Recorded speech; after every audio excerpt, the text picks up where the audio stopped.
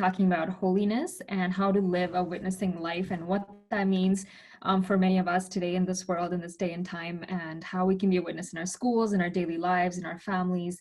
And here with us today, we have a very special speaker. His name is C.C. Joseph. I'm sure many of you guys have heard of him.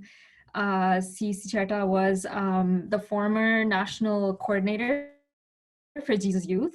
He was also formerly a member of the Rex Band, and I'm sure many of you guys have heard of Rex Band as well. Currently, he is based in Cochin with his wife Nena and 3 kids, and he has his own firm in Cochin. So without further ado, C.C. Cheta, I'll pass it over to you. Thank you, Kiran. Good evening to all of you. Give me a moment. I'm just going to share my screen with you. No worries.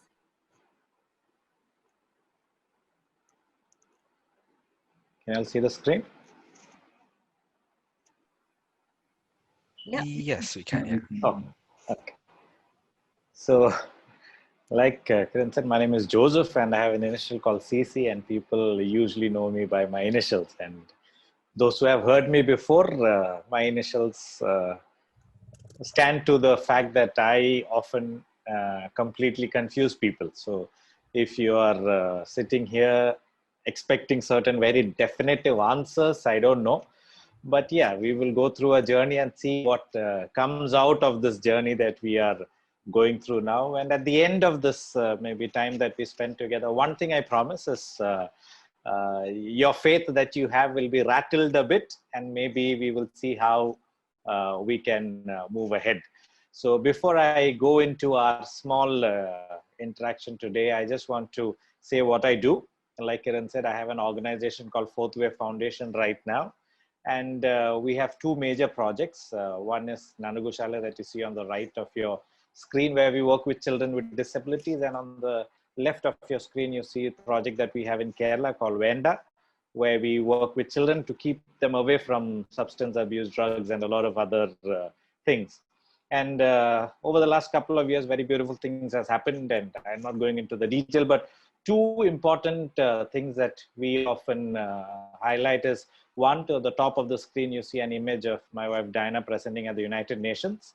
Project Venda has been presented at the United Nations, and by the grace of God, today it has been shortlisted as one of the best practices around the world, okay, in the UN.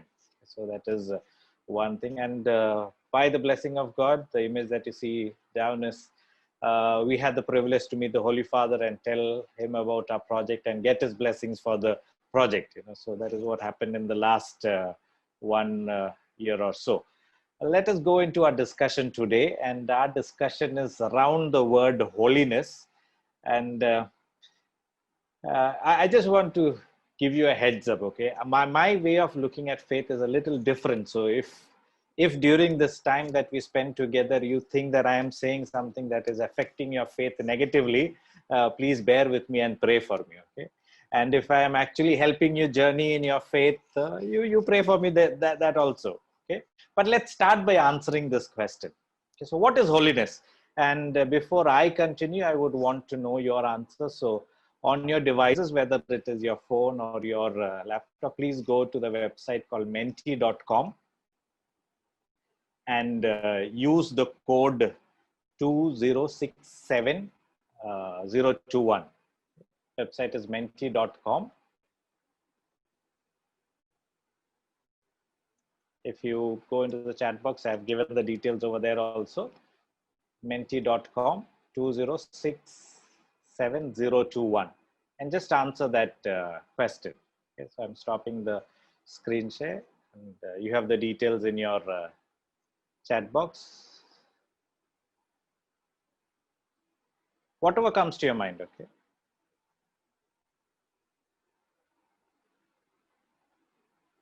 Don't worry whether it is right or wrong. I'm just going to share as the answers come by. You can see the screen. These are the answers that you're giving me. All believing in Jesus, pursuit of heaven, life without sin, relationship with God, to be set apart, faith, devotion, love of God, Jesus, Holy Mass, like God,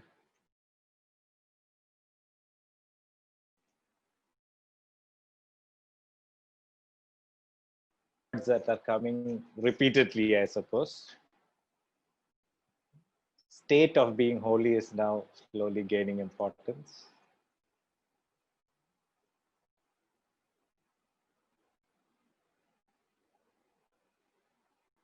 Okay, I'll give a few seconds and then we will continue our discussion.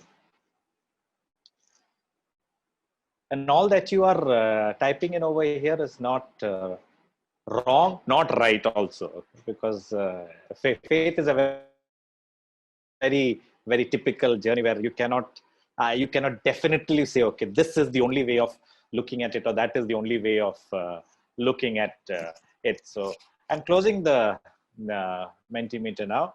So 2 or 3, 4 maybe key words that are playing in whatever you have said is faith, purity, state of being holy, and love of God, which is good and which is maybe close to what the most common definitions you will have about holiness. So let me share my thoughts, okay? And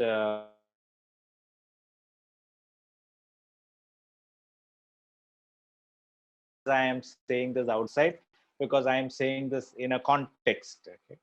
So first and foremost, holiness is not piety.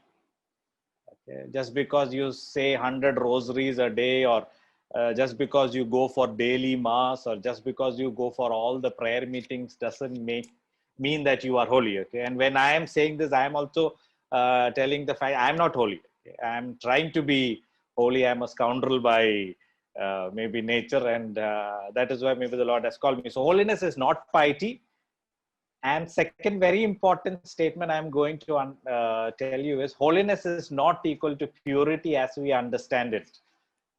Because our understanding of purity is very different, or I don't know, somehow we have got the wrong notion of purity into our heads. And you should actually read the life of saints, and you will be surprised that, do you know that there is a saint who is a drug addict? Okay, he's the patron saint of drug addicts. So when you get time, you read. He did not go into addiction by choice. He was addicted because he was given a particular medication, and then he became addicted to that. But the church did not stop from declaring him as a saint just because he was not pure in the typical context of what you and I know. Okay, so what is holiness? Holiness, maybe for me, joy is the keynote of a life of holiness.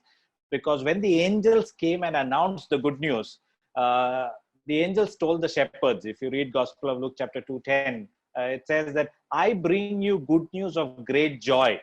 And when you get time, don't do it now, but when you get time, randomly do a Google search on the images of smiling Jesus, and you will be surprised you don't get many images. Because for us, Jesus is all about passion, cross, and yeah, all that is good, but uh, very rare images of Jesus smiling is there. And for me, holiness is all about joy. It's not about picking up the cross, or it is not about, I don't know. The holiness is joy, and joy is very different from the way we understand. Or for me, if you look, I would say that holiness is a journey where we have to remove our masks and meet God and others as we are. They're being very honest and maybe upright or straight with you. All of us, including me, we wear a lot of masks. Yes or no?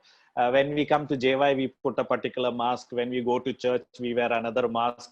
When we are with our friends, we wear another mask. Maybe when we go to school or university, we wear another mask. When we are at home, we wear another mask. And late in the night, when we are all alone, we don't know which mask to wear. And holiness for me is a journey where we slowly start removing these masks and accept ourselves as we are, and face God as we are. And not that we face God otherwise, but we try to face God with a holy, it's a very, very tricky way we live our lives. And just to help you understand, especially because we are going into a time of question answer, is, the soul has two faculties. And maybe if you can understand, there's a lot of our doubts and questions will be easily answered. The first is what we call the faculty of the will. Okay. where the will works to love, to choose, to decide, and to act. And second faculty of the soul is the intellect, where the intellect works to know, to understand, to see, and to know what is there. And sadly, okay, and I repeat, sadly, in most of our contexts, we give a lot of importance to the will, and we don't give a lot of importance to the intellect. Even when you ask questions to most of the people, the first question answer they will give is, these things you can't understand with your intellect. You should not use your intellect for all these things. And even when you go for a retreat, very often your will is fanned. You are in love with the Lord. You are passionate with the Lord. But somewhere down the line, the intellect doesn't get fanned. And that is why 1 or 2 weeks after the retreat, you start you start to wonder why you actually went for the retreat. And then after 3 months, you really wait for the next retreat to get back on fire, because somewhere down the line, only one side of your engine is burning. The other side is not kept in motion. So when we answer the questions, maybe we will try to work on both these dimensions today. And just to put it in perspective, I don't know if you remember your catechism classes. They say that 3 things when you answer the question, why did God create us? He says that God created us to know Him, to love Him, and to serve Him. And if you put the previous slide into this, to know Him means to use your intellect, to love Him and maybe to serve Him means to use your will. Not that they are watertight compartment, but just to help you understand these 2 points. And 3 important statements. Okay, these are statements. I will not take time to go into details, but just for us to have these so we can have the question answer in perspective. First, mechanics does not mean that we are practicing the disciplines. For example, let's say you are having the discipline of praying the rosary, or you are having the discipline of going for daily mass. Just because you pray the rosary every time you are free, that is the mechanics. Okay, you have the rosary beads in your hand, it is moving, Hail Marys are coming out of your mouth or in your mind. That doesn't mean you're actually practicing the discipline. Okay, unlike any other thing, when it comes to faith, mechanics does not actually produce the discipline. You have to put your whole self into what you are doing. Second important statement is, as we enter the world of spiritual discipline, there is always the danger of turning them into laws. And I tell this with great conviction, especially when maybe as Jesus youth, or as when you talk to your friends, we tend to convert our disciplines into laws. Okay, this much I have to pray, this many rosaries I have to do, this much of Bible I have to read. And what happens when we convert them into laws is, law comes into effect primarily when our I don't know, when our love falls. That's what St. Paul says. Law is coming into force when there is no love. So don't turn your disciplines into laws. And remember, we must always remember that the path does not produce the change. It only places us where change can occur. These are all heavy duty statements, I understand. Okay, but like I said, we are going to hit on the intellect, and the intellect needs to be fanned, needs to be churned. Okay, so remember, the path does not produce the change. It only places us where change can occur. You can think of it, you can meditate on it, you can argue with your friends. I'm not going to explain any of this, because sadly we have got into a habit of, you do the hard work and tell me the answer. I will not discover anything from myself. That is what our attitude is in faith. And I will end with this statement. The Holy Spirit usually does not use the imperative you must. Very, very rarely will you see in the Bible the Holy Spirit or the Lord using the phrase you must. The best example is the Sermon on the Mount, where Jesus used the word blessed rather than saying you must be pure, you must be holy, you must be clean. Jesus uses the word blessed because the gospel is a revelation and not a demand. I repeat, the gospel is a revelation and not a demand. It is not a set of rules for us to follow. It is not a set of practices that we have to do, but it is a relationship that you and I are called to live in. So gospel, stop my what I have to say. Now I want you all to maybe start asking me your questions, and then we will see how to take this forward. Okay. And don't worry if things are not falling into place. It should not fall into place. My intention is there, that you at least start thinking, okay, what is this guy saying? Okay, thank you for that, Sisi Chata, for just giving us an overview, a nice overview on what holiness is, and many misconceptions that we may have about what this means in our lives and what it's supposed to look like in our lives. So the first question we had was, it's regarding God's plan, and it's, what is God's plan for me? How do I know this plan? And what happens when we choose not to go with God's plan? Okay. Well, what are your thinking of what is God's plan actually? I'll give my perspective, but what are your understanding? Any one of you can actually unmute and say, or you can type in the chat. But what is your perspective of God's plan? Or what is God's plan? Maybe a certain, I guess, story that he has for our life, and how we're supposed to follow this. Okay. My thinking. If anyone else has anything to share, you can feel free to put it into the chat, or you guys can unmute yourselves and speak.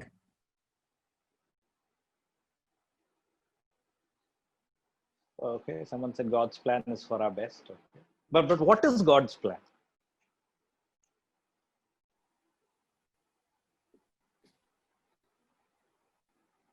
Seeking the best in me. Okay. What God wants us to do, God's plan is heaven. Okay.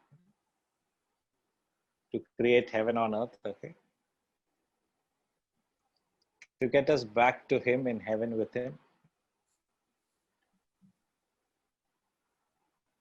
Okay. There's a question Vijay asked. We'll come to that later on.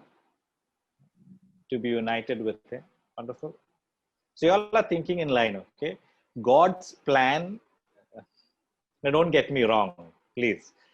God's plan, or it is not actually in God's plan whether you wear a blue or a black or a red or a yellow shirt or a dress today. Okay, that is your choice. God's plan is very simple. God's plan is that you spend eternity with Him, or you reach Him in heaven, or like some of you said, God's plan is that the best that you can do comes out and you do it. But sadly, we have conjured God's plan as which course should I do, whom should I marry, or which seminary should I join, what should I take for breakfast, lunch, and dinner, which country should I go. All that is important if the question asked is, Lord, in doing this, will this help me get to heaven? Am I with you?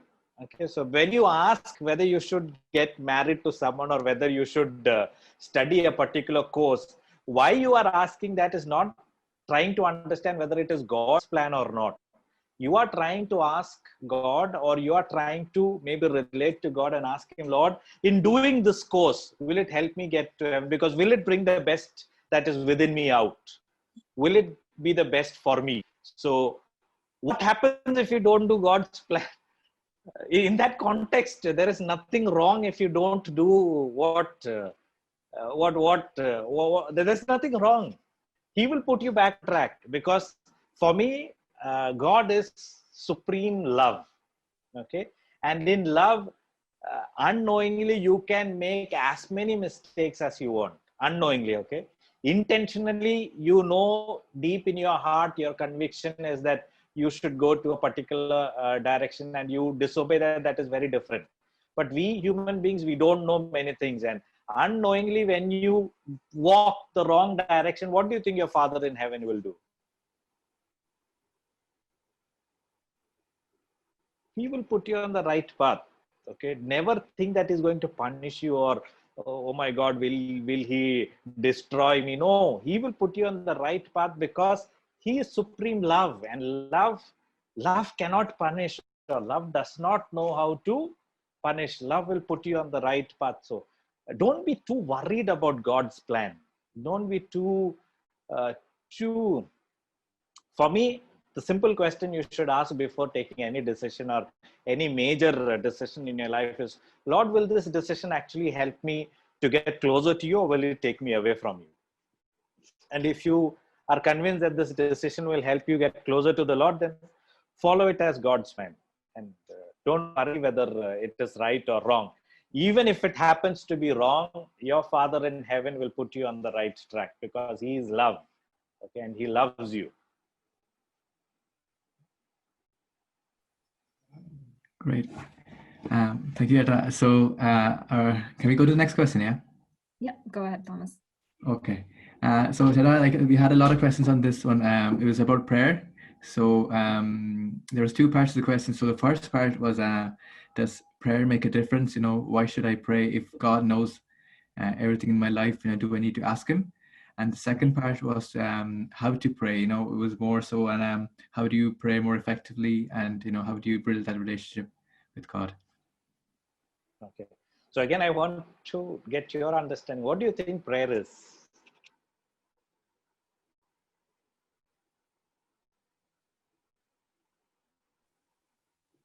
It's our relationship with God.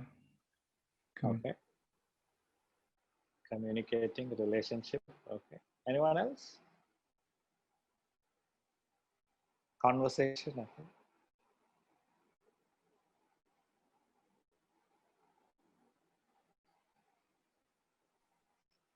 Any other thoughts?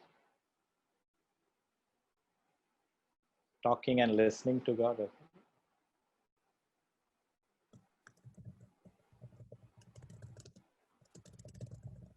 Sharing with God.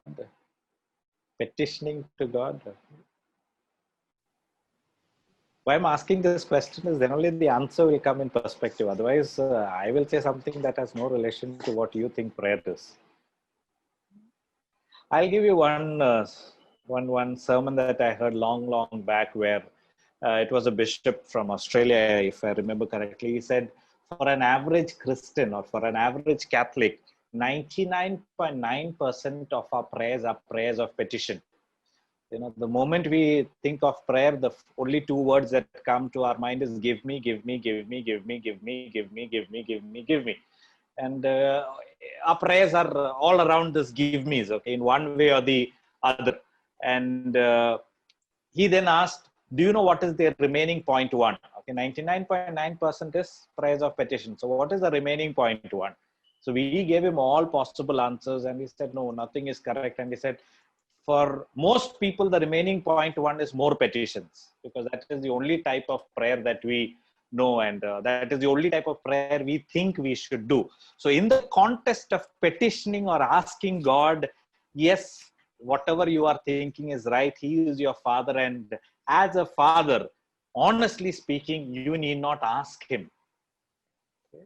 Your Father in heaven knows what is best for you, and because He is all knowing, He will give you what you want, even if you ask or don't ask. Okay, so in the context of asking God for a favor or not, I am convinced, okay, others may have different opinion, but I am very convinced that my Father knows what is best for me, and irrespective of whether I ask or not, what is best for me will happen and will be done in my life. So in that context of prayer, that is what I have to say. But for me, prayer is not asking God. That is only maybe one portion of prayer. For me, prayer is even not talking to God, okay? Because talking is a very active, or conversation is a very active, something that you have to do very actively. For me, prayer is being in the presence of God. I repeat, for me, prayer is being in the presence of God. And I always give the example of my grandparents, okay? I don't know, before I go to my grandparents, let us see what happens when someone actually is in love with someone, especially as a teenager or as an youngster. When you are in love with someone, the only thing that you want to do is talk and talk and talk and talk and talk and talk and talk and talk, or spend as much time as you want with them. But you want to talk, you want to tell that person, and the moment the phone rings or a message comes, the whole perspective or the whole cheer changes, because you want to talk to that person. And that is maybe the beginning of prayer. You want to talk to God, you want to talk to God, you want to talk to God. But if the relationship is maturing over a period of time, you start listening to that person.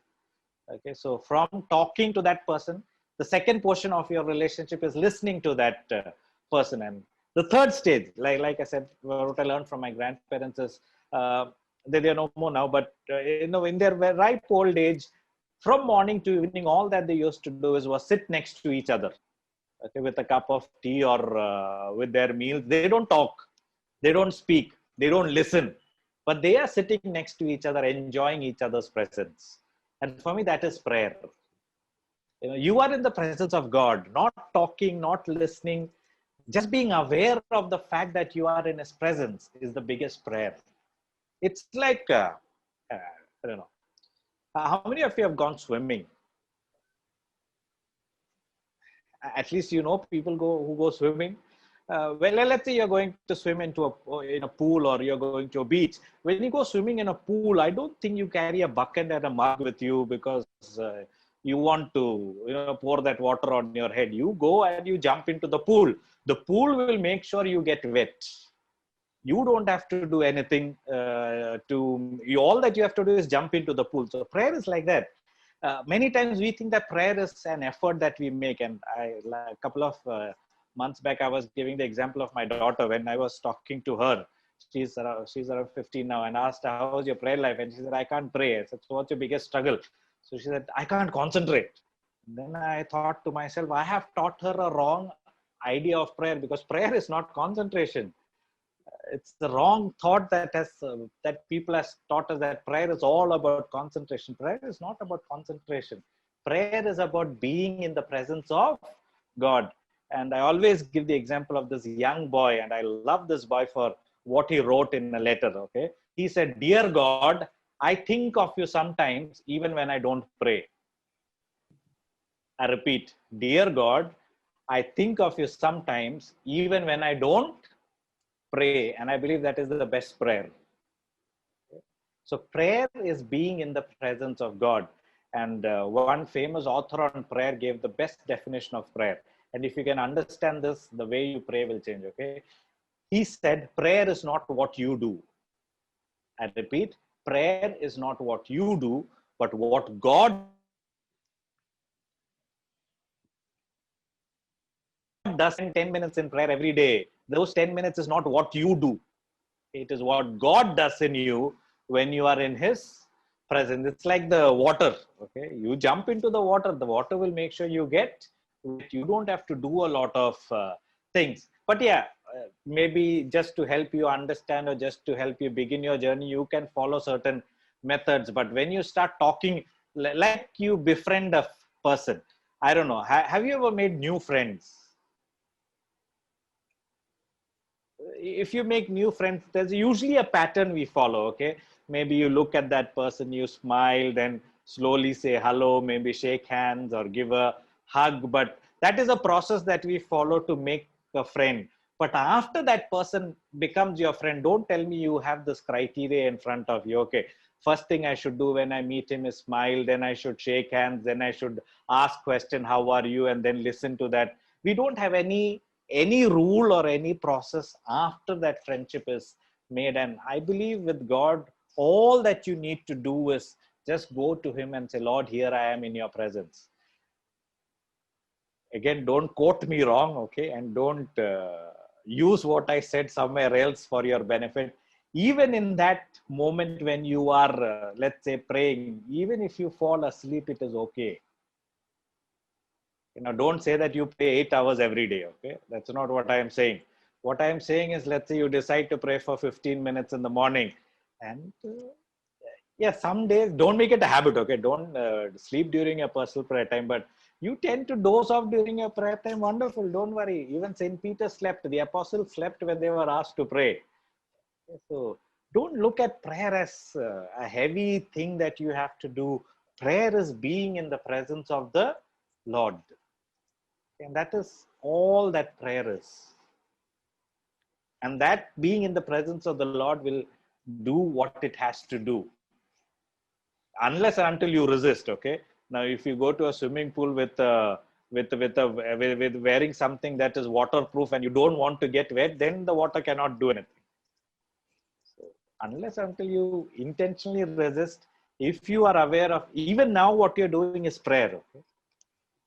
Every day, any moment you can actually quieten yourself for 30 seconds and say, Lord, here I am. That is prayer.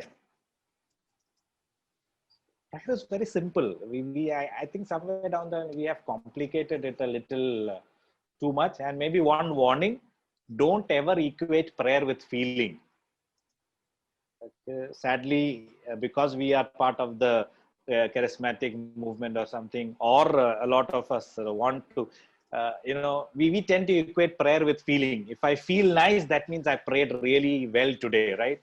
In the morning you pray and then you feel nice, then your personal prayer was good. You don't feel nice, then you think, oh, my personal prayer was not very good. If that is the scale with which you measure, then Jesus never prayed in Gethsemane. Jesus never prayed on the cross. Because don't tell me Jesus was feeling very good in the Garden of Gethsemane. Don't tell me he was on cloud 9 on the cross. No, prayer is never equated with feelings. That's a completely wrong teaching that we have got. Sometimes you may feel good. Sometimes you may feel nice, but prayer is never feeling. And let me end with this question about prayer. And I need either a show of hands or a few of you at least respond. In the context of petition, okay? Has God answered all your prayers?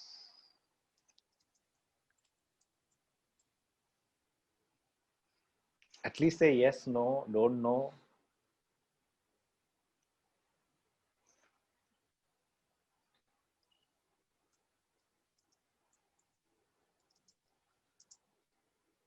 For me, I always believe, okay? I believe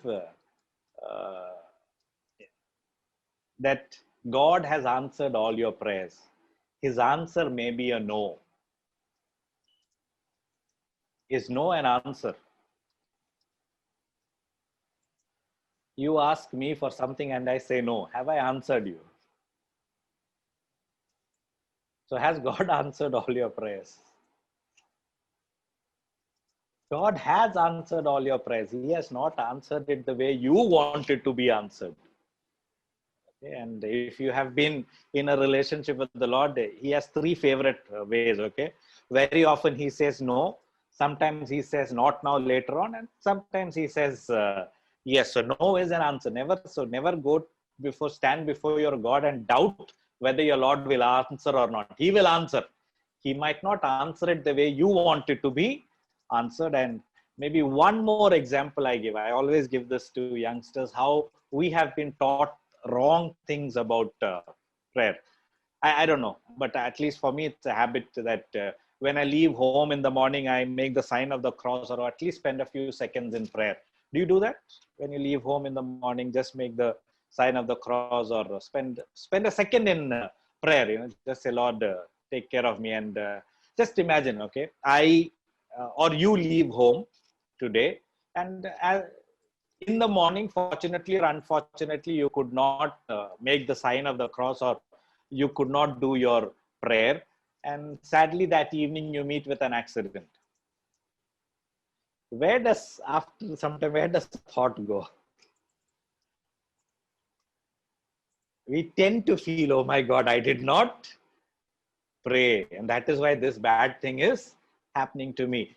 Now, if you are that is a common trend, okay? That is how most of us will feel. But spend a moment and ask yourself, are you actually telling God, my prayer that I made yesterday has only 24 hours validity?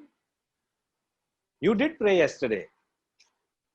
Okay, and that prayer doesn't end after 24 hours, okay? God doesn't have a clock in heaven saying, okay, this prayer ends at dot. Now that validity of that prayer is gone. It's a very wrong way. Even actually, when you pray in the morning, when you leave home, you're not actually reminding God, okay? You're not telling God, hey God, I'm going out, take care of me. You're actually reminding yourself, I'm going on God's work, so I should better take care of myself. Okay, so just a few examples. Okay. Sorry if I went on a tangent. So prayer is just being in the presence of the Lord. So don't complicate that. But have a committed time of prayer. And my request to young people is start with maybe 10 to 15 minutes every day. Why I say this also because I learned it the hard way. The first retreat I went, they told me to pray for 1 hour. And 55 minutes I'm looking at the watch. Is 1 hour over? Is 1 hour over? Is 1 hour over? Is 1 hour over? Then I met a very, very practical saintly man who said, "CC, start with 10 minutes." So I started with 10 minutes and then I stopped looking at the watch. And then the relationship grew. And then the time is not a factor. Okay, it is not whether I pray 10 minutes or 10 hours, but I am yearning to be in the presence of my Lord. And I make sure that I spend that 15-20 minutes every day. There are days when I pray for hours. There are days that I just limit it to that 15-20 minutes. So start with 10 minutes. That's enough. And what to do in those 10 minutes? Even if you can do nothing, just sit there and say, "Lord, here I am." Sing a couple of hymns, read a small portion of the Bible. And like many of you said, talk to him like you would talk to a friend if you can. For many of us, it is not possible. At least I cannot talk to him like that. So what I do is I read a small passage of the Bible, and just for me, the best prayer is I read a parable and then I imagine I am there in the parable. Okay, like when, let's say, Jesus is talking about the parable of the sowing of seeds. So I imagine me standing next to him and listening to his parable. So that is for me prayer. And then after prayer, the Lord will start pouring out a lot of things into your head. You don't have to bother too much. So don't take too much of effort to pray. Prayer is being in his presence. I hope I threw some light. Okay. Thank you for answering that, Sheta. I just received a private question relevant to that. And the question is, if I'm asking God to guide me about something, how do I know that he is guiding me when I turn to him and it's not just me thinking this is the path I should take? That is where faith comes in. One thing that I tell young people is, in your heart, you will get a conviction that this is what you have to do. Let's say you are asking or you want to make a choice between A and B, and you are bringing it before the Lord. And I strongly believe that the Lord will give you a conviction in your heart that you should go for, let's say, A. And that conviction is your step of faith. And like I said earlier, let's say you, in your conviction, choose A. And if that choice happens to be wrong, don't worry, your Father in heaven will put you in the path to make the right choice. Okay? Or like Romans says, he will turn everything into good for those who love him. So there are no magic formulas to know whether it is right or wrong. And for me, that is the biggest difference between maybe my Lord and any other. My God never gives us a blueprint. So if you look at all the prophets in the Bible, if you look at the apostles, God called Abraham and he said, "Come, let's go." Abraham had to step out. Only when he took the first step, God showed him the next 2 steps. Only after that, God showed him the 4th step. God didn't show him the 100th step and then Abraham said, "Okay, my life will be this after 10 years, so let me go." That is a very corporate thing. The first question they will ask is, where do you see yourself after 10 years? Nobody has any clue where you will see yourself after 10 years. Okay? And God doesn't work that way. He takes you step by step. And that is why we say this is a journey of faith. Okay? And for me, I always ask young people to use the Word of God as your tool. So if you have the Bible, can one of you open the Bible to the book of Psalms 119, 105. Book of Psalms 119, 105. If you don't have the Bible, you can do a Google search, don't worry. Book of Psalms 119, 105. What does the scripture say? Your word is a lamp for my feet and a light on my path. That's all, okay? So the best guiding principle is the word of God. Your word is a lamp to my feet and a light to my path. There are 2 distinctions over there, okay?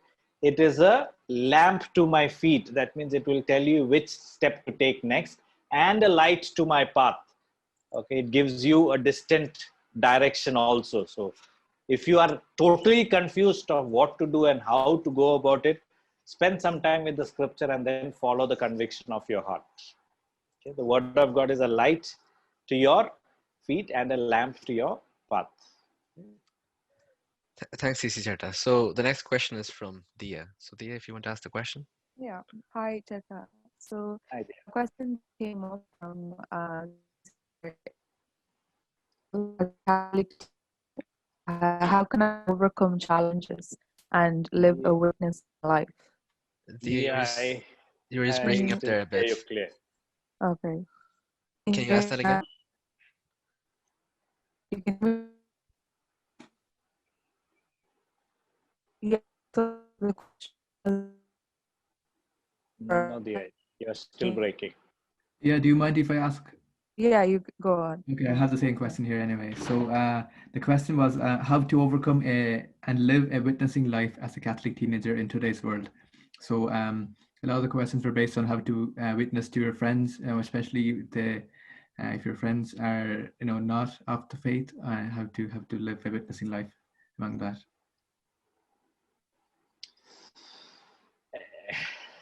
Okay. Again, like I said before, for me, the answer comes from the Bible. So if you have the Bible, can you open to the Gospel of John, chapter 13:35? John 13:35, please.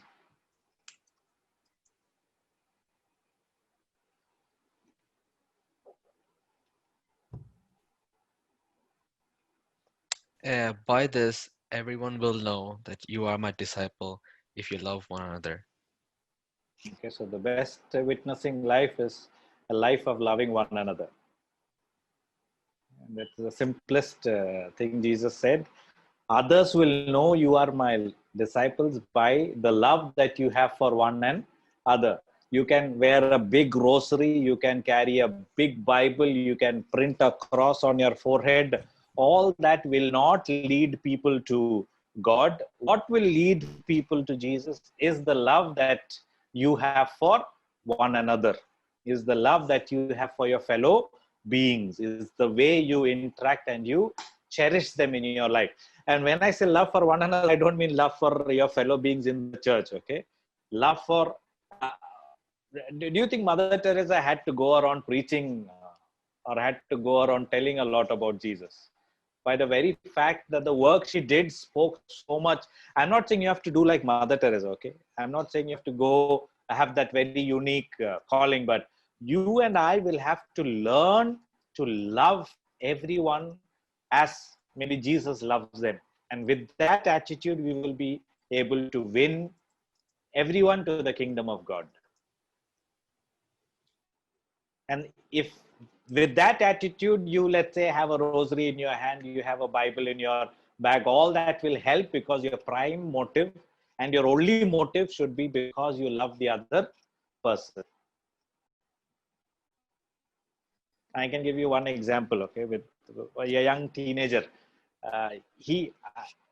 Again, I'll tell you, when I was a teenager, you go to a GC Youth program, they will say, go evangelize, you should share the good news, you should tell others about Jesus, and then you go back to your campus and you really, you're very scared to even open your mouth to tell about Jesus to someone, because they will pounce on you with so many questions to which you have no answer.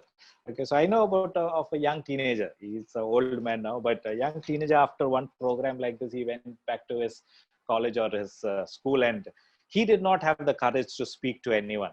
Okay, but he really loved his friends. He really loved his friends. So what he did was, in his refectory, okay, or in his place, or in his university, they had a huge place where they used to gather to have their lunch. So most people used to come there to have the lunch. So he picked a particular table where usually nobody used to sit, because the sun used to fall directly over there. And before he took his meal, he made a huge sign of the cross. That's all he did. He made a huge sign of the cross. First, second, third, fourth day, people laughed at him, because they really wondered something is wrong with this guy, because usually Catholics chase flies before we eat. We are so we chase flies before we eat. But this guy is making a huge sign of the cross. And then after 4 days, 2 more guys joined them. No prayer meeting. Okay, they are not having a praise and worship or prayer meeting. All that these 3 guys did was make a sign of the cross before they ate. Slowly that number grew, and it grew to become one of the largest on-campus prayer meetings in the world. Okay? Because of this one guy who, with love, not because he was forced to, okay, but because of love, he had the courage to make the sign of the cross very boldly, and that the Lord used to do something very magnificent and beautiful. So the only way I believe to witness is to love your friend, okay, to love the people around you, to love your family. And everything that you do should be because of this, and then the Lord will use all of that in one way or the other. Okay, thank you, Eda. So there was a second part of the question, right? It was more so in a practical, everyday sense, where the question was, how do you deal with peer pressure, especially when it comes to drinking or smoking or, things like that? You can't. So you get other peers around you who don't smoke and drink. If you think that you can in a group of 20, 19 who are, let's say, smoking, and you with your willpower will stand up to them for a very long time, at least in my experience and with the youngsters that I have worked, that willpower will not last long, because these friends will start then blackmailing you. Come on, man, if you love me, do this here. And if you are a man, wake up to this. So the only alternative that I suggest is get friends who honor you for who you are. I'm not saying get Jesus youth friends. Okay, you can get Jesus youth friends, but friends who are genuine and who will honor. If you say no, they will honor your no for the person you are. So the best way to deal with peer, why very often we fall in peer pressure is we are so much caught up with our friends that we want to feel one with them. We want to feel in with them, or they might be looked upon as the cool guys and you want to be in their gang. That is why we fall into that pressure. And the only way out is get other friends around you who will help you look at yourself as you want to look at yourself. So if you say, no, I don't want to do this, and your friends force you to, then think twice. Get friends who will say, okay, you don't want, I will do, but you don't want to do, I respect your choice. So the only way to fight peer pressure, small moments you can do, okay, once or twice, thrice, 4 times. But if you're having these friends with you for a year or 2, then you will not be able to survive for long, unless and until you have another group of friends with whom you can actually be yourself.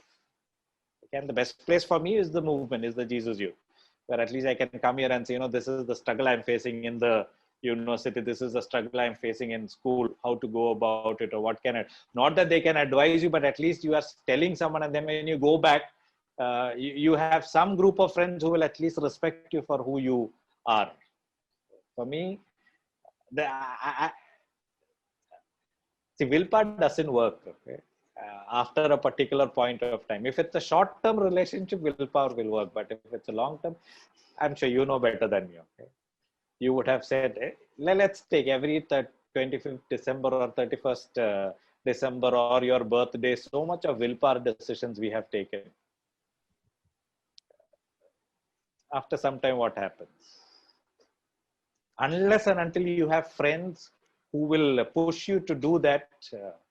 So peer pressure is actually good, okay? Because of peer pressure, we will do a lot of good things. So you have to decide what type of peers you want around you. So if you want to keep a group of friends and then say that, okay, they will do all that they will do and I will keep myself away. I have not seen a lot many. Maybe I can in my finger count 2 or 3 people who have done that. But for me, everyone who does that has some other backing or some other group of friends who support them. So for me, that is the solution. Oh, that makes sense. Thank you. Jetta, as we were talking about, peer pressure and stuff, I think one thing that maybe a lot of teenagers struggle with is this need to be in a relationship. So we just wanted to ask you, and it was a question that came up a lot, is the Catholic Church against relationships? And, if not, or if yes, like, what should my boundaries be with someone of the opposite sex? Again, I want you to define the word relationship.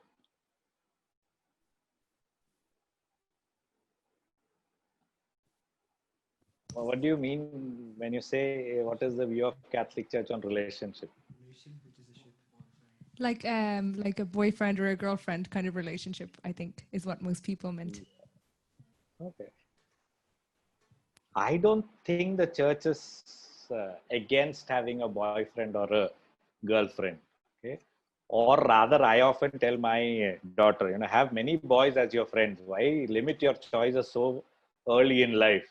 If you are how much, 14, 15, you limit your choice now, and you can be sure, okay, after 2 years, you will meet another handsome man or a beautiful woman, and you really wonder, why did I commit so early in life? So have healthy relationships, have a lot of friends, have many.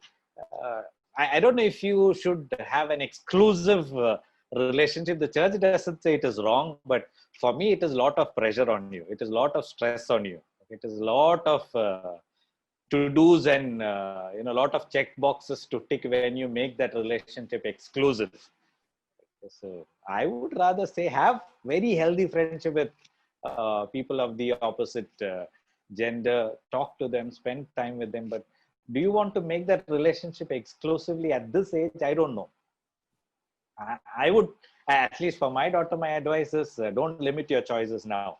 Don't put so much of stress on you right now. There is a time when you can handle that. A relationship is a stress, whether you like it or not. Okay? And I tell all married people, if there are married people in this group, marriage is a lot of hard work. So any relationship, if you have ever been in a relationship, you will know. Any relationship, to maintain that is a stress. Okay, so why go through that stress at such a young age when there are so many other things to do? So for me, my advice to my daughter is, I have never stopped her from having an exclusive relationship, but my suggestion is don't limit your choices now, and don't put that stress on you right now. Okay, and what are the boundaries? For me, boundaries is something that you set, okay, in your understanding of a relationship. And if anyone is not honoring that boundary that you have set, uh, I don't think that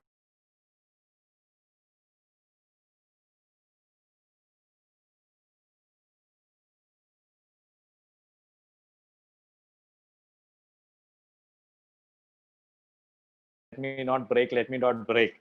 And then we go and make all the compromises in our life. But sometimes boundaries, but at a particular age, okay, now many of your parents might not like what I'm going to say, but at a particular age, when you are in a state when you can choose and discern your life partner, I always tell young people, you should spend some time at least knowing that person. You should spend a good time knowing that. Not that knowing that will make sure that your marriage is beautiful, but at least don't walk into a stranger's house. Okay, spend some time knowing that. But then that has a time. That's not now. At least for most of you, that is not now. When you have making a choice to get married, that is when I think you should think of some exclusive relationship. Otherwise, like personally, okay, again I'm saying personally, I don't think it is wrong, but I think it's a lot of stress and lot of limiting of your choices. Okay, thanks, Jarda. And I think, like, continuing on just on the topic of relationships again, another question that came up was, what's the furthest you're allowed to go before marriage in regards to relationships and stuff like that? So you're asking about how much of your body you can share. It's simple as that, right? because there is no other thing that we will limit, right? The only question that how much of your, for me, that I would always give this example. Okay. Mm. This is again a long back, somebody very wise told me or gave me this example. Let's say you are celebrating your birthday tomorrow, and tonight all your friends decide to cut a cake, and I am entrusted to bring the cake. So around let's say 10 p.m. I go to the baker and I get the cake, and he's actually packed it very well, and he puts it in the car, and I slowly start driving, and within a few seconds I really wonder if it is your cake, the cake actually made for you, and I'm very anxious. So I stop the car, I open the boot, I open the cover and look at it, and I know, okay, I realize that it is a cake for you, and then I go back and drive again. After 10-15 minutes I really wonder if it is baked well. Okay, so again I stop the car, I go back, open the cover, I poke my finger here and there. I'm not eating the cake. Okay, I'm just making sure that it is baked well. Okay, and then yeah, it is baked well. I didn't cross the line. Okay, I'm not eating the cake. Then I pack it back, and then I drive the car. And after some time, I really wonder if the icing is sweet or salt. Okay, so I go there, and I cannot taste, no, so I cannot cross the line. So maybe I pinch it here and there to make sure whether it is sweet or salt. But I'm trying to convince myself. What do you think will happen to the cake by the time it reaches you? I have not crossed the line. Okay, I have not eaten the cake. I hope I have made myself very clear. This is the clearest I can get. Okay, so for me, in the context of sharing your body, I think that has to be very exclusive, because your body is, at least in the understanding of what we see in the Bible, is very, very holy and important. So in that context, for me, I believe it has to be in the exclusive maybe relationship of a marriage. Okay, thank you, Chota. We just had one more, I think 2 more questions on the same topic of relationships. So one of them was, what is the Catholic Church's stand on pornography, and how do you break out of pornography? Okay. Catholic Church's stand on pornography is very clear. I'm sure you have heard enough and more reasons, but let me give you a scientific explanation.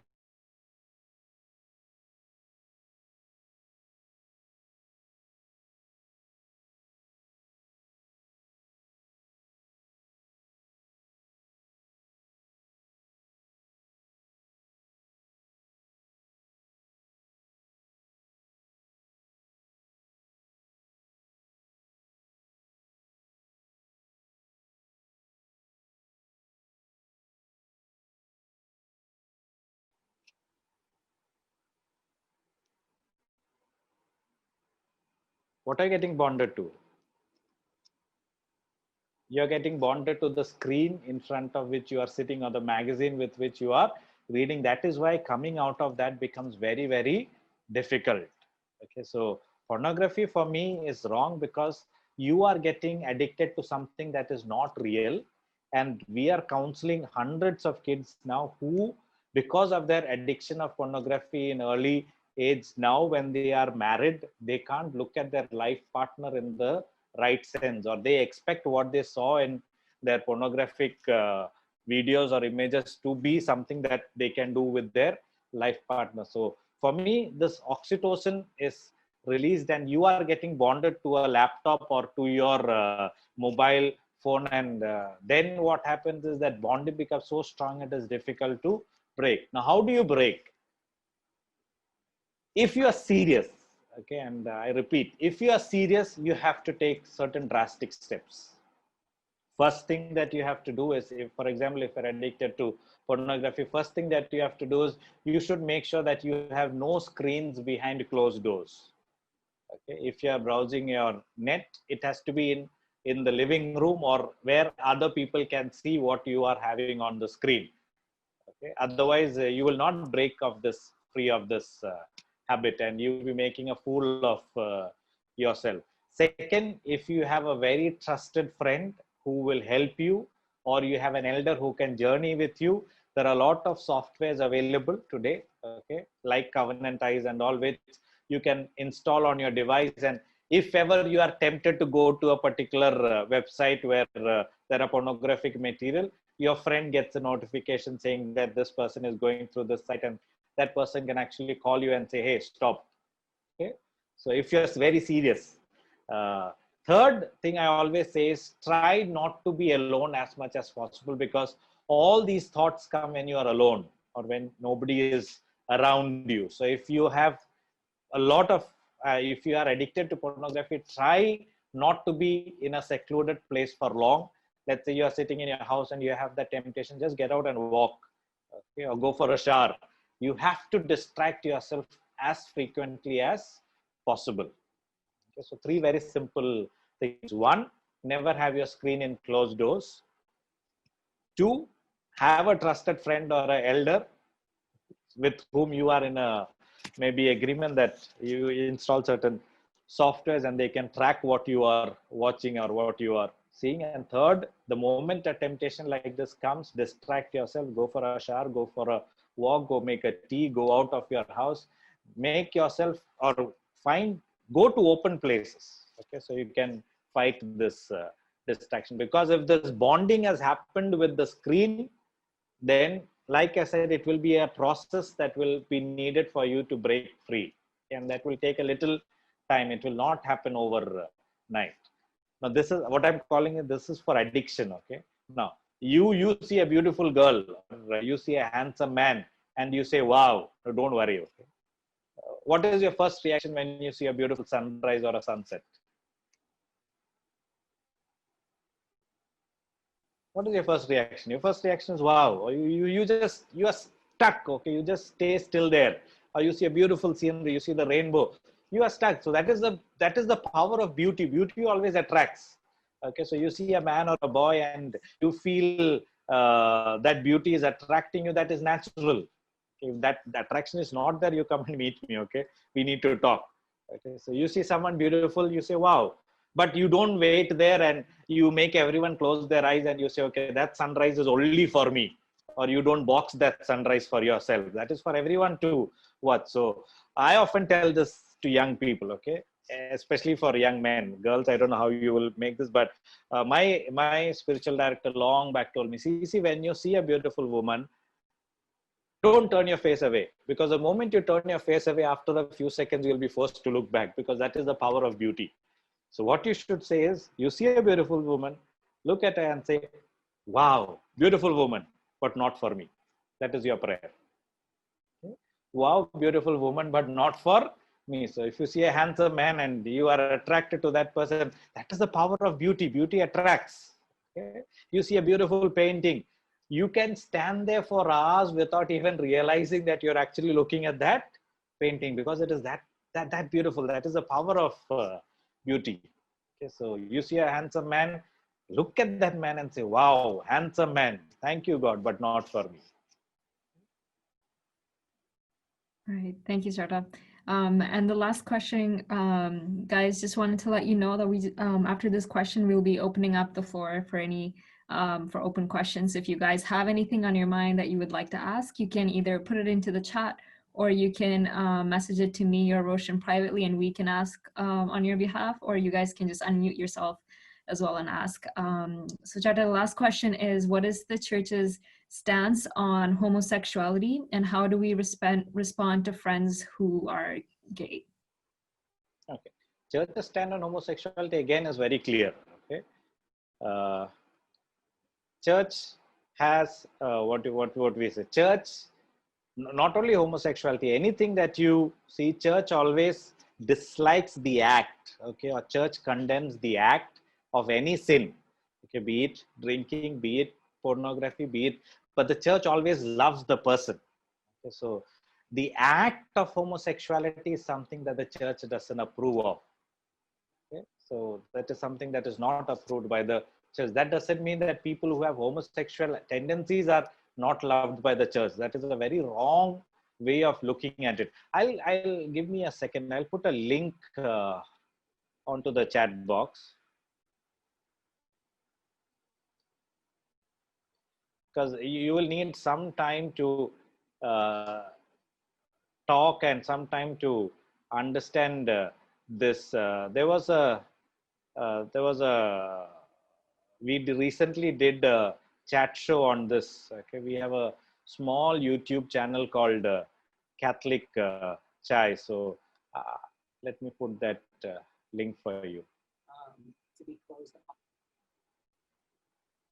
So it's a video with a woman from the US, and she explains the whole thing. I don't know whether to put it in the past tense or present tense, but she had same-sex attraction, and she says how the church helped her and what is the view of the church. So you will get a very detailed explanation of the whole thing. So for me, I always tell people who come to me with, I have spent hours with young people who have this attraction to the same gender. I said that don't limit your identity to an attraction that you have. Okay? Just because you have an attraction to the person of the same gender, don't start calling yourself a homosexual. Your identity is not your sexual orientation. Your identity is much, much more. You are a person created by God, and you have the choice to decide whether to act on it or not. I'm sure there are many times in your life when you have thought that I should give one tight rap to this fellow. Okay, and those thoughts would have come, or when you are sitting in your class, or when you are attending a seminar and somebody is disturbing, you have a thought, I should go and give my mind. But you have held back because there are certain things that, so just because a thought is coming, or just because you have certain inclinations, doesn't mean you have to act on it. Okay? So watch the video. I've just put it in the chat room. It will take around 45 minutes to an hour, I think, so her chat show is. So if you get time, just watch. And the standard questions are answered there by her. And why I'm referring this video is because she is someone who had this problem. So it would be easy for you to listen to. I don't have that challenge. So when I say, I will be theorizing what I am saying, but what she is saying is very practical, and from her experience on how the church looks at the whole thing. So for me, like I said, the act is wrong, but not the person committing the act. For any sin, okay? Even for a murderer, I look at that person like that. What you have done is wrong, but I still love you. Thank you so much, CC Chatter, for that, for answering all our questions there. So guys, we're opening up the floor now to CC Charton, and to you guys as well, to ask any questions you guys have, or any doubts about what you heard so far as well. And if you need further clarification on it, you can feel free to ask right now. You can post a question in the chat, or you can unmute yourself and ask away.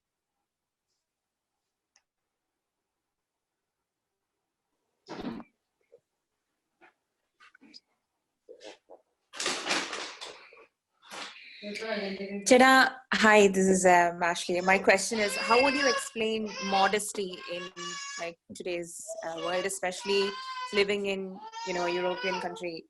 You would actually see other Christian movements with maybe people not behaving or dressing or in a modesty. So how would you like explain modesty, because it comes up both in romantic relationships and as well as friendships? Thank you, Jada. Again, for me, modesty is your choice, is your decision on how you want to exhibit your body, or how you want to. Long back, I used to tell students of fashion design that, fashion doesn't mean stripping people of clothes. That is a very wrong understanding of fashion. Incidentally, do you know who's the first fashion designer? No, Jada. God was the first fashion designer, okay? Because when Adam and Eve supposedly sinned, they wore garments of leaves. Okay, and then God looked at them and said, that's outdated. Yeah, you need leather garments. And he made garments of leather for them and then sent them out. So he's the first fashion designer. So fashion is good. You should dress yourself. You should make yourself look appealing. All that is good. But how you dress yourself is your choice. And always ask yourself, why I'm wearing this particular clothing. Okay, so for me, modesty is very, very subjective. It is very, very personal. And when you wear a particular cloth or particular way, you dress in a particular way, you should ask yourself, why are you doing that? Is it because you want people to look at your body, or is it because you want actually people to look at the way who you are? And I always define modesty, or for me, that is how I would say. I would not say cover this much or cover that much. That is your personal choice. But in a public space, how you would want people, or why are you wearing in that particular way? I'll always remember this argument I had with a young person long back. Okay, so this person, after a talk like this, came and said, "You know what? I have a beautiful body. So what's the problem if I show a little bit?" So I said, if you are so convinced that your body is beautiful, why don't you show everything? Why show a little bit? So I think the whole thing is there in your mind. It is your reason. You have to. Now, are you doing it because others are doing it? Then don't. Okay, if you are wearing a particular type of clothes because others are also wearing it, then that is not a reason to be convinced. That is not your reason. Okay? So why are you wearing? And if your clothes, if you are uncomfortable with what you're wearing, please don't wear. Okay? Especially if it is revealing and you're uncomfortable, don't wear. But that is, for me, like I said, for me, it's a very subjective decision. And for me, in any religious discourse, that comes last, because primary for me is the love of God. And when I am in love with the Lord, a lot of other things will fall in place. That is why Jesus never talked about clothes and what you should wear and how you should wear. He spoke about loving your father, and loving your father will lead to all these external things. But don't do because others are doing. Don't do if you're uncomfortable, and don't do because you want people to look at your body, or you want to get attention in the wrong way. Thank you, Jada. Right? Thank you, Jada. I just received another question, and it was, why is Mary used as an example for being the perfect disciple compared to others? Why is Mary used? Because one reason we say is Mary has not sinned when compared to the other disciples. Second, I believe Mary took a huge leap of faith. For me, I respect Mary most because she said yes to God. Okay, and I'll tell you why. Not because very often we think that her question of, one of the first questions she asked the angel was, how can this happen? Yes or no? Okay, and we think that it is only how can she get pregnant without knowing a man. But there is something more. Okay, and you will only understand if you can look at it this way. You and I are taught that God is Trinity. Yes or no? You have Father, Son, and Holy Spirit. Tomorrow an angel visits you and says, go to the Pope and tell the Pope that God is not 3 but 4 people. What will you do? What will your response be? I'm sure you will have a tussle with the angel. You will struggle because that is not what you have been taught from your childhood. Mother Mary from her childhood is taught one simple thing. Hear, O Israel, your Lord, your God is one God. And that mother, now that Mary, is being visited by an angel, and she is being told that you will bear the Son of God. And how can God have a son?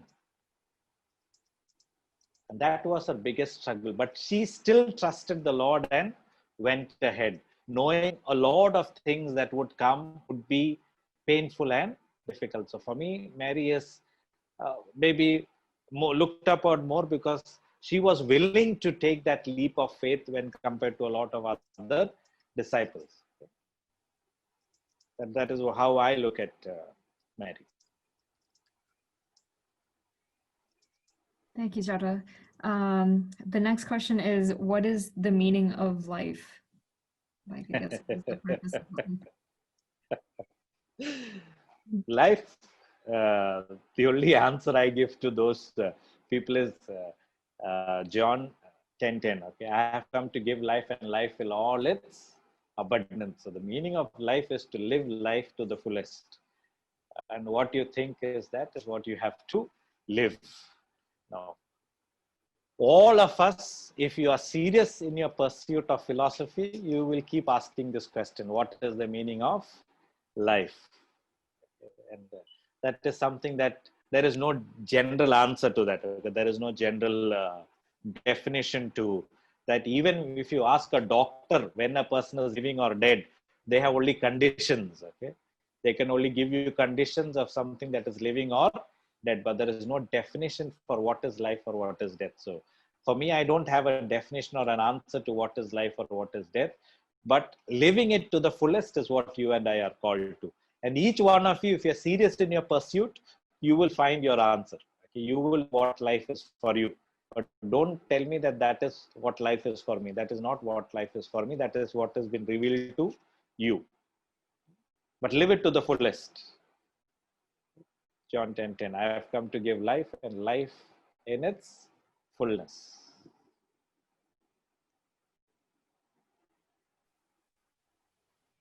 Charita, like, so I got a question from a participant saying, where does the what does the church think about war? Like, for example, like World War II or civil wars and things like that. Okay, war is again another very tricky. This one, church has different perspectives. Okay, and there are different theologians who have put forward different things. But one thing that the church has always not supported, but what the church has said would happen is something called a just war. Okay, when the cause for the war is something that is just, for example, let's say, I'm making it very personal. Okay, this can happen to a country, this can happen to a set of countries. Let's say somebody killing is wrong. Okay? You shall not kill is what the commandment says. But let's say your house is attacked or my house is attacked, and somebody is coming to rape my daughter, and I have to defend my daughter. And if that means that I have to use force and hit that person on his head, which might result in the person's death, I am called to do that, because my first responsibility is to safeguard my daughter. Now, if I sit back and say, no, I cannot kill this person, so I'll just go on my knees and plead, it might not work. So when you put that in the perspective of a kingdom, when you put that in the perspective of a lot of other things, there could be something that is called a just war. Like, for example, if my territory of the country is defined and somebody is invading that territory, then I have the right to defend that, or as a country, I have the right to defend that territory. Okay, thanks, Jata. The next question is, what do you think of clubbing? So I guess like going to a club, things like that. The answer, I might not be able to give this because this might be very contextual. So is it okay to go to a club? Why not? But what you do there is completely your choice. Why you are going there is completely your choice. And for me personally, okay, I don't know why some of your parents, or does this club have a very different, because words have different meanings in different countries. Okay, so like I always say, 20-30 years back, I can always say I'm happy and gay. Today I cannot say I'm happy and gay, because people, the moment I use the word gay has a completely, so clubbing, I don't know in what context are you saying, but if it is to go to a club where alcohol is served, for me personally, if you are going there with the knowledge of your parents, I don't think anything is wrong. But what you do there, you have to decide. Okay? How you behave there is completely your, but going there or not going there, at an age when you have to depend on your parents, I think their consent becomes important. But otherwise, I don't know if, again, don't get me wrong, okay, and don't use it as an excuse to fight others, but a lot of these external things I don't think is what you and I would be encountering when we reach eternity. I can stay, I'll give you one example. Again, like I said, don't quote this out of context. Let's take the context of India. Many of you are from India, and in India, at least, smoking is looked upon very negatively, or any country today. Smoking is not encouraged. It's not looked upon well. And you are going to the church for mass and you see a man smoking a cigarette right outside the church, and he throws the cigarette butt before he enters the church, and at communion he's standing right in front of you. Okay? And then you are sometimes wonder, how can he take communion after smoking, or why is he taking communion after he is smoking? And what I have always realized is we are so preoccupied with someone's external sin. There might be so many people in the queue who might be doing so many sins which nobody else is seeing, including me. He just smoked. I might be doing a lot of other sins which nobody else is seeing, but we are so preoccupied with the externals that we forget what the Lord actually looks at is your heart. So even in the context of clubbing, now when a priest goes there, it might be looked upon differently. That is a very different. So when a prayer group leader goes to a club, it might be looked upon differently. Or let's say Binu Chetan goes to a club, it might be looked differently. But somebody who is young one, you want to go to the club? I don't know. Unless and until there's a ban in your country, I don't think it should be something that is. You should not bother too much about those things. Okay, thanks, Jata. And this will be our last question for the evening, guys. So just wanted to give you guys a heads up.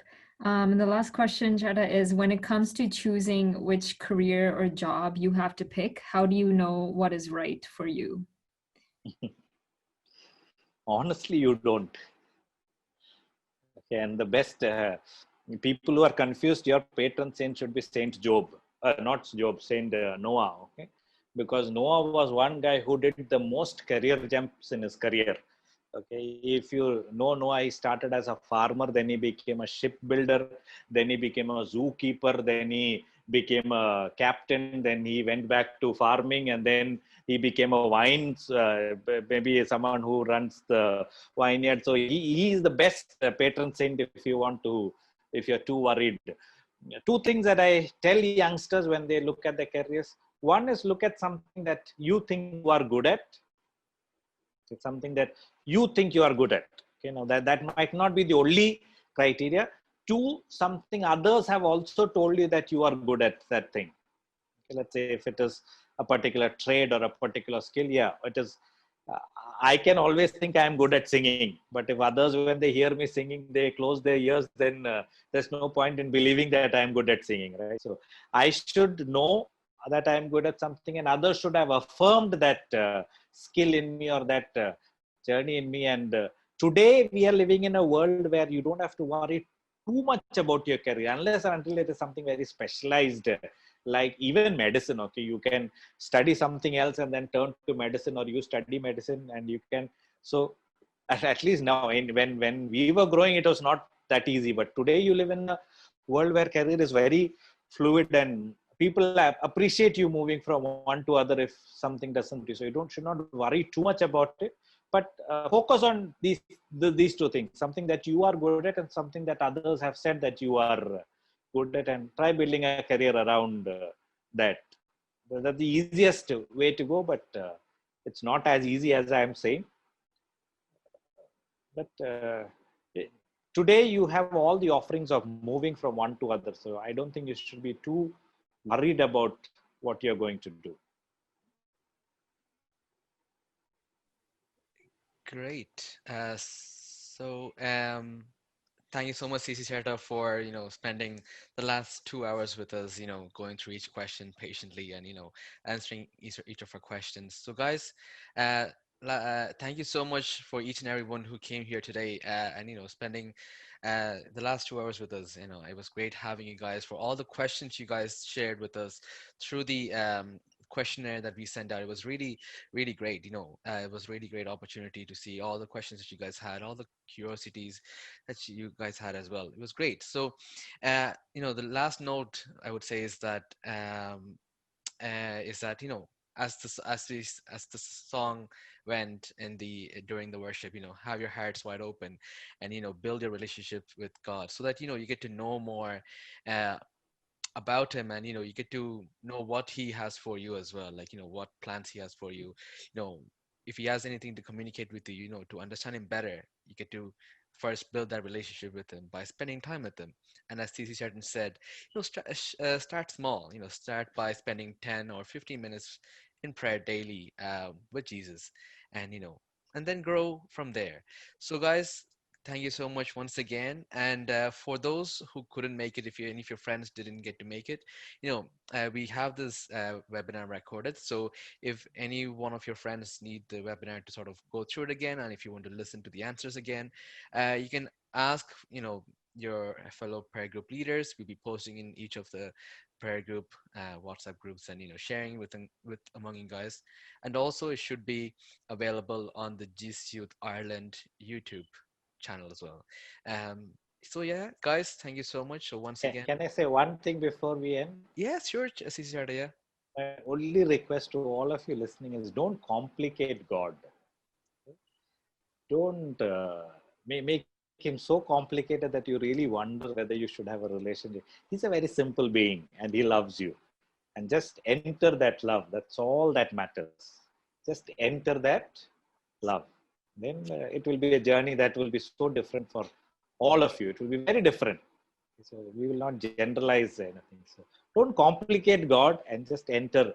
And if you don't know what prayer to say at any time, just say, Lord, I am yours and you are mine. Lord, I am yours and you are mine. Because there are no powerful prayers. Okay? If somebody has given you a wrong idea, remember that. No prayer is powerful. Only God is powerful. Absolutely. Don't complicate God. Just be in His. Make a simple being. Okay, don't complicate it. Thank you.